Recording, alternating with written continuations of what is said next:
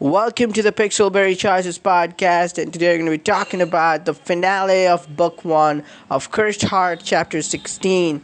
And as we've seen before in Chapter 15, we want to retrieve everything you've lost to Sun Court and also Kirin, so you attacked the Sun Court. And we have managed to wreak havoc there if you took the Diamond Scenes, if you have gathered all your alliances, the animals basically together. And then we are stuck in the throne room where the vicious plan of the uncles and Radiance and Lustre is coming to life. So they unleashed the beast formed Kirin on us. That they think the beast form doesn't have any feelings, love, and we, a mere mortal, will accept death in their hand. So first you try to reach out to Kirin, but it doesn't work. The beast form, I should rather say at this point, there is no recognition in the beast's eyes, and inside we think there is no Kirin. We try to run, dodge, but we get hurt, we drop, our back was bleeding, and finally we are basically pinned by one of Kirin's beast form's talons, and we think this is our end. And at that moment, we say things like, we are dying, but we are grateful that we had this time with Kirin. And until death, we loved Kirin, and we're glad that it's in their hand we're dying. So, this unconditional love, even at the face of death, the main character's love for Kirin is eternal, above all. So, that fact really does something. And there's a recognition in the B size, it recoils for a second, there's a light in the whole Sun Palace, dimming everything, and then we see their Kirin. So this breaks the curse. So Cursed Heart, perhaps the thing that Kirin's heart was cursed and she couldn't find love, but then our main character loves Kirin, and it starts off with something, but then we thought we had a connection just because we shared our heart, we shared dreams, but even without the heart, we had the feeling that we are getting pulled towards her, so we still had all the stuff we had before between us. So basically, and we are finally able to break the curse this time, the second curse also cast by Radiance. So this is something. And then Kirin sees us, we embrace them, we have a perfect unison moment, and they see we're hurt and we say it's not them, and Kirin gets furious, and Kirin is determined to take revenge, and this time Radiance tries to attack Kirin, but to no avail. Kirin seems like the most powerful being in the world, in this whole wide universe even, because Radiance just falls and fails utterly, and not even a single resistance. Seems like Radiance is no match for Kirin. So basically, here's where someone said to me a long time ago that Choices books are good on the surface, but as you go deeper to the final layer, it's not so well oriented. You look at Distant Shores, you look at Foreign Affairs, you look at Wake the Dead, all these books, even Wolf Pride to some extent. Even Wolf Pride was the exception, I think, because the execution of the villain was a bit better. Not like really good, like Endless Summer and Blades, but still a bit better. Because when you come to the final villain, and even I'm not gonna lie, in the Blades, the final villain was defeated like, there was a thing like we got the Blades, but still, like, I think they really start doing this now. What they did back in It Lives Beneath, that was perfectly done.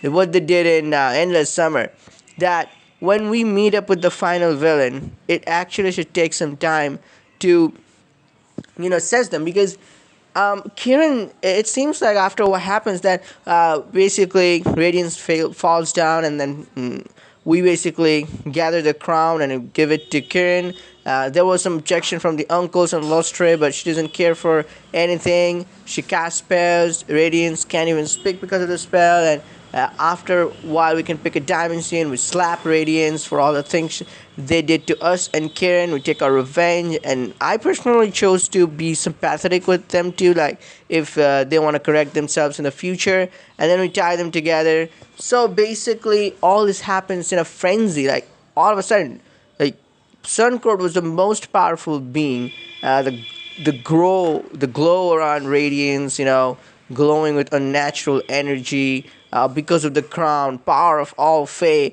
and everything just faded just because the curse is broken for Karen. I see how this came to happen, but I like the build up until chapter 15 was amazing. There's no question. It's one of my favorite books this year. How they did the emotional thing, and the separated the love interest and main character obstacles and how we overcame them. But I think this could have been a little better. The final villain moment, the final fight. They should have given it a bit more time, even one more chapter. Who knows? But then again, we see Longclaw and Montgomery coming in, and we say that it's the victory for us. And the normalcy restores outside, the glow of sun fades, and the night takes place again. But then the uncles say that it's for nothing because the time has come when spring will end and the wheels will turn again because the other court will rule, so we'll have to give it back to Radiance again.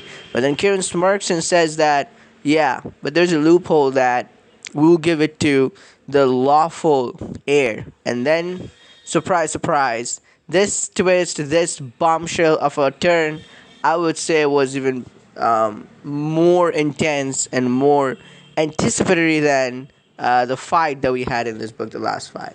And the fight with the animals and everything in the last chapter was even better than this.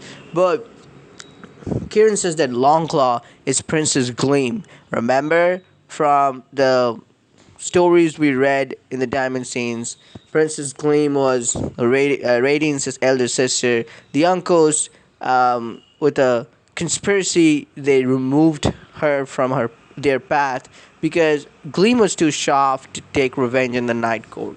So nobody knew that, and all the Sunkard members also fighting inside, and they hear about it. The uncles try to defend it, but they fail terribly. And this was also a little dumb because Lostro is trying to tell them that you don't basically like they're basically pleading guilty. Basically, like they were agreeing to everything they did and without knowing. So it was like so easy to get them. That's what I mean. It was, but we learned that we get shocked and we banter a little bit about like what should he call Longclaw, Princess Gleam or not.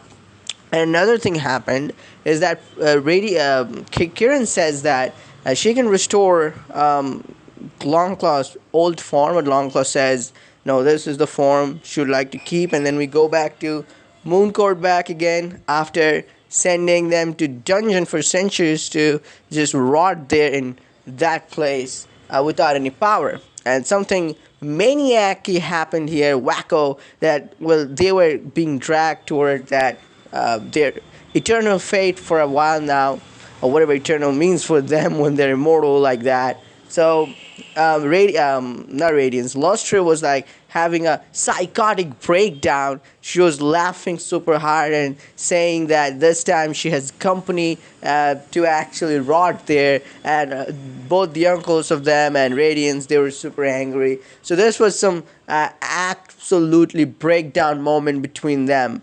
And it basically shows that they don't even have the, like unity. So basically, they will jump at each other's throats when their own necks are not saved, basically.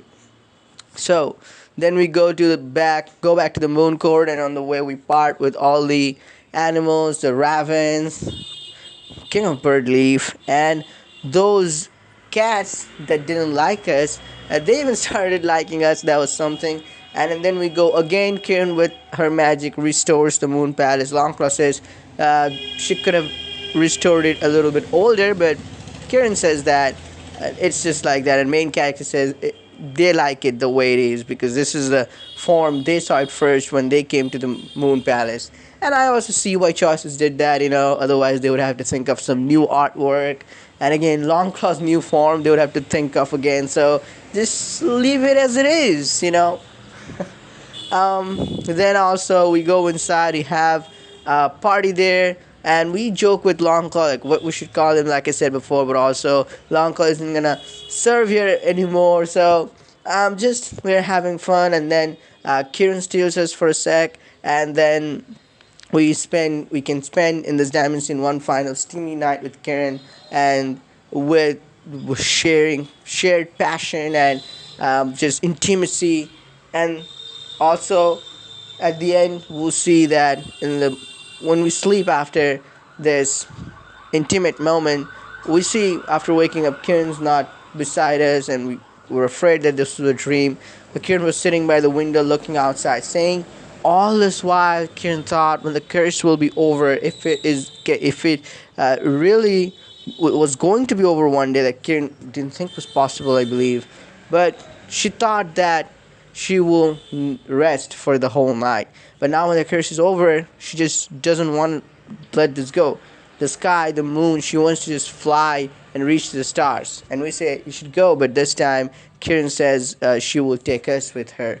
So hand in hand, we just make our great journey. And you will also, if you collected all the diamond scenes, you'll get a final story for chapter 16, The Cursed Heart. This will be about us and the princess.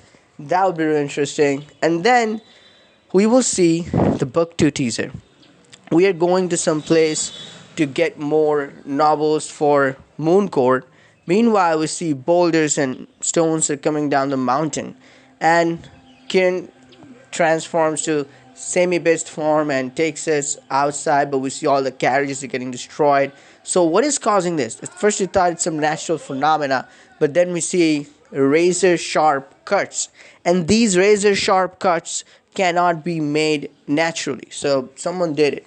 And then we see a message, a sinister, a vicious message carved in the stones, and it says, the eclipse is coming and both the cores shall burn. There we go. Sun core problem we solved.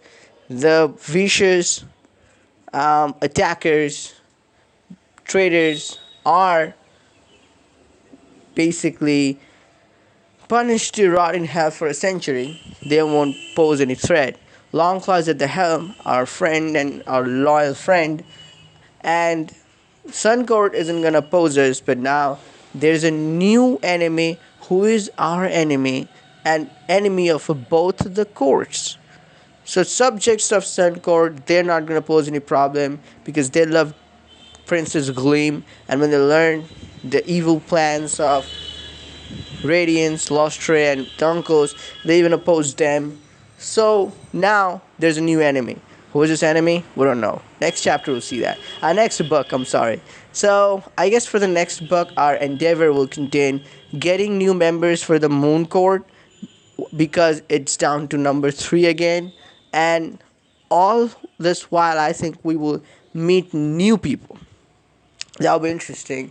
That what new members we'll get for a Moon Court, and what if one of them betrays us at the end? I don't know. This can go a lot of ways. And who is this person? Above all, who are we? Are we a normal human being at all? Or are we something more?